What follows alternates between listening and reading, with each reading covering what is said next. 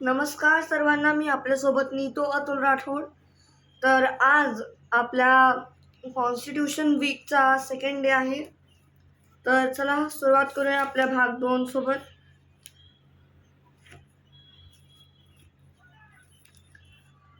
भाग 2 नागरिकत्व. 5 संविधानाच्या प्रारंभीचे नागरिकत्व. या संविधानाच्या प्रारंभी भारताच्या राज्यक्षेत्रात ज्या व्यक्तीचा अधिवास आहे आणि जी भारताच्या राज्यक्षेत्रात जन्मली होती किंवा जिच्या मातापितांपैकी कोणीही एक भारताच्या राज्यक्षेत्रात जन्मले होते किंवा जी अशा प्रारंभाच्या लगतपूर्वी किमान 5 वर्षे इतका काळ भारताच्या राज्यक्षेत्रात समानतः निवासी आहे, अशी प्रत्येक व्यक्ती भारताची नागरिक असेल. टिप: एकेरी नागरिकत्व.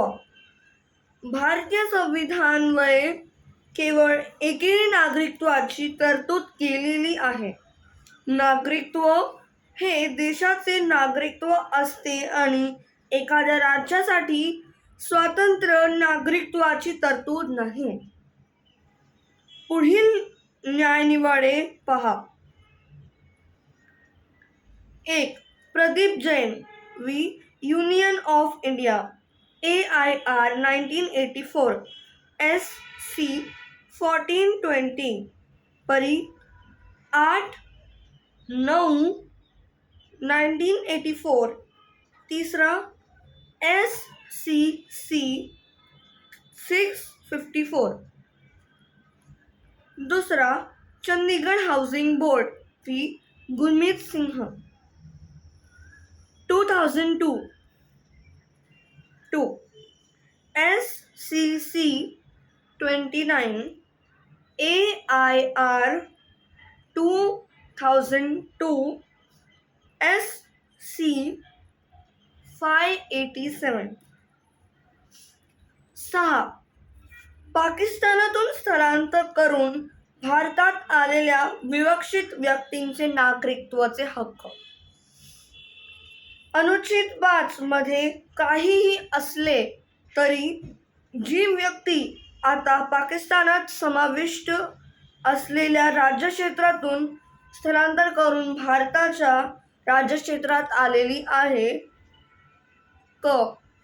तिचा अथवा तिच्या मातापित्यांपैकी किंवा तिच्या आजींपैकी कोणीही एकाचा गव्हर्नमेंट ऑफ इंडिया ॲक्ट 1935 मुळात अधिनियमित केल्याप्रमाणे यात व्याख्या केल्या भारतात जन्म झाला असेल आणि 1. अशा व्यक्तीने 19 जुलै 1948 या दिवसापूर्वी याप्रमाणे स्थलांतर केलेले असेल, त्या बाबतीत आपल्या स्थलांतराच्या दिनांकापासून ती भारताच्या राज्यक्षेत्रात सामान्यतः निवासी असेल तरी, किंवा 2. अशा व्यक्तीने 19 जुलै 1948 या दिवशी किंवा त्यानंतर त्याप्रमाणे स्थलांतर केलेले असेल, त्या बाबतीत तिने नागरिकत्वासाठी डोमिनियन ऑफ इंडियाच्या सरकारने नोंदणी संबंधित नियुक्त केलेल्या अधिकाऱ्यांकडे त्या सरकारने विहित केलेल्या नमुन्यात व रीतीने या संविधानाच्या प्रारंभापूर्वी केलेल्या अर्जावरून अशा अधिकाऱ्याने तिची भारताची नागरिक म्हणून नोंदणी केली असेल तर ती व्यक्ती या संविधानाच्या प्रारंभी भारताची नागरिक असल्याचे मानले जाईल. परंतु कोणतीही व्यक्ती आपल्या अर्जाच्या दिनांकाच्या लगतपूर्वी निदान 6 महिने भारताच्या राज्यक्षेत्रात निवासी असल्याशिवाय तिची याप्रमाणे नोंदणी केली जाणार नाही. 7. स्थलांतर करून पाकिस्तानात गेलेल्या विवक्षित व्यक्तींचे नागरिकत्वाचे हक्क. अनुच्छेद 5 व 6 यामध्ये काहीही असेल तरी जी व्यक्ती 1 मार्च 1947 या दिवसानंतर भारताच्या राज्य क्षेत्रातून स्थलांतर करून सध्या पाकिस्तानात समाविष्ट असलेल्या राज्यक्षेत्रात गेलेली आहे ती व्यक्ती भारताची नागरिक आहे असे मानले जाणार नाही. परंतु जी व्यक्ती आता पाकिस्तानात समाविष्ट असलेल्या क्षेत्रात याप्रमाणे स्थलांतर केल्यानंतर पुन्हा स्थायिक होण्यासाठी किंवा कायमचे परत येण्यासाठी कोणत्याही कायद्याच्या प्राधिकाद्वारे किंवा तदन्वये दिलेल्या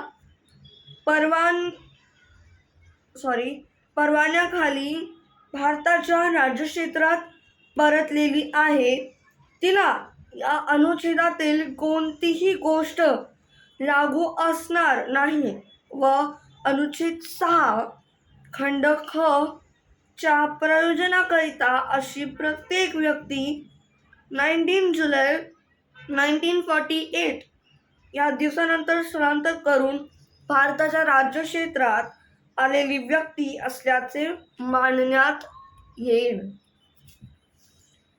8. मूळच्या भारतीय असलेल्या पण भारताबाहेर राहणाऱ्या विवक्षित व्यक्तींचे नागरिकत्व हक्क.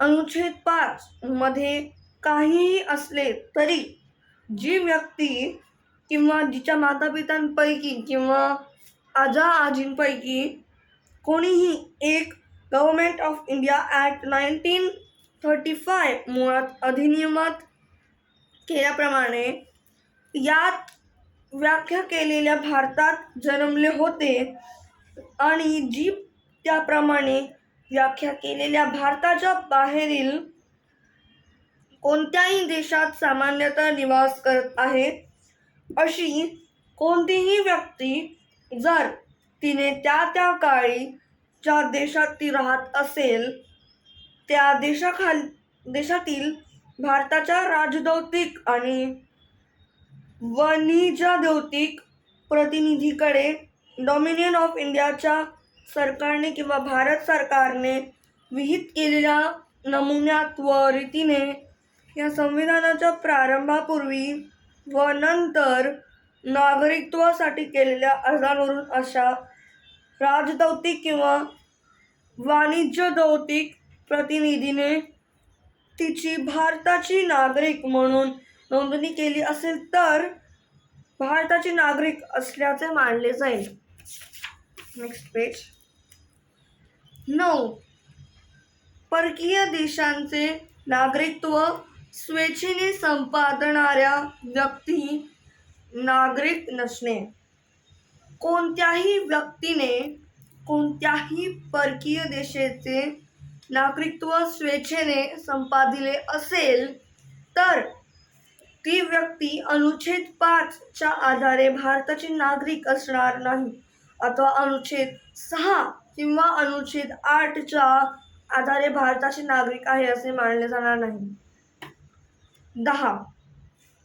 नागरिकत्वाचे हक्क चालू राहणे. या भागातील पूर्वगामी तरतुदींपैकी कोणत्याही तरतुदीखाली जी भारताची नागरिक आहे किंवा असल्याचे मानले जाते अशा प्रत्येक व्यक्तीचे नागरिकत्व संसद जो कोणताही कायदा करेल त्याच्या तरतुदीच्या अधीनतेने चालू राहील. 11. आणि शेवटचा. संसदेने नागरिकत्वाच्या हक्काचे कायद्याद्वारे विनियमन करणे. या भागाच्या पूर्वगामी तरतुदीतील कोणत्याही गोष्टींमुळे नागरिकत्वाचे संपादन व समाप्ती आणि नागरिकत्वविषयक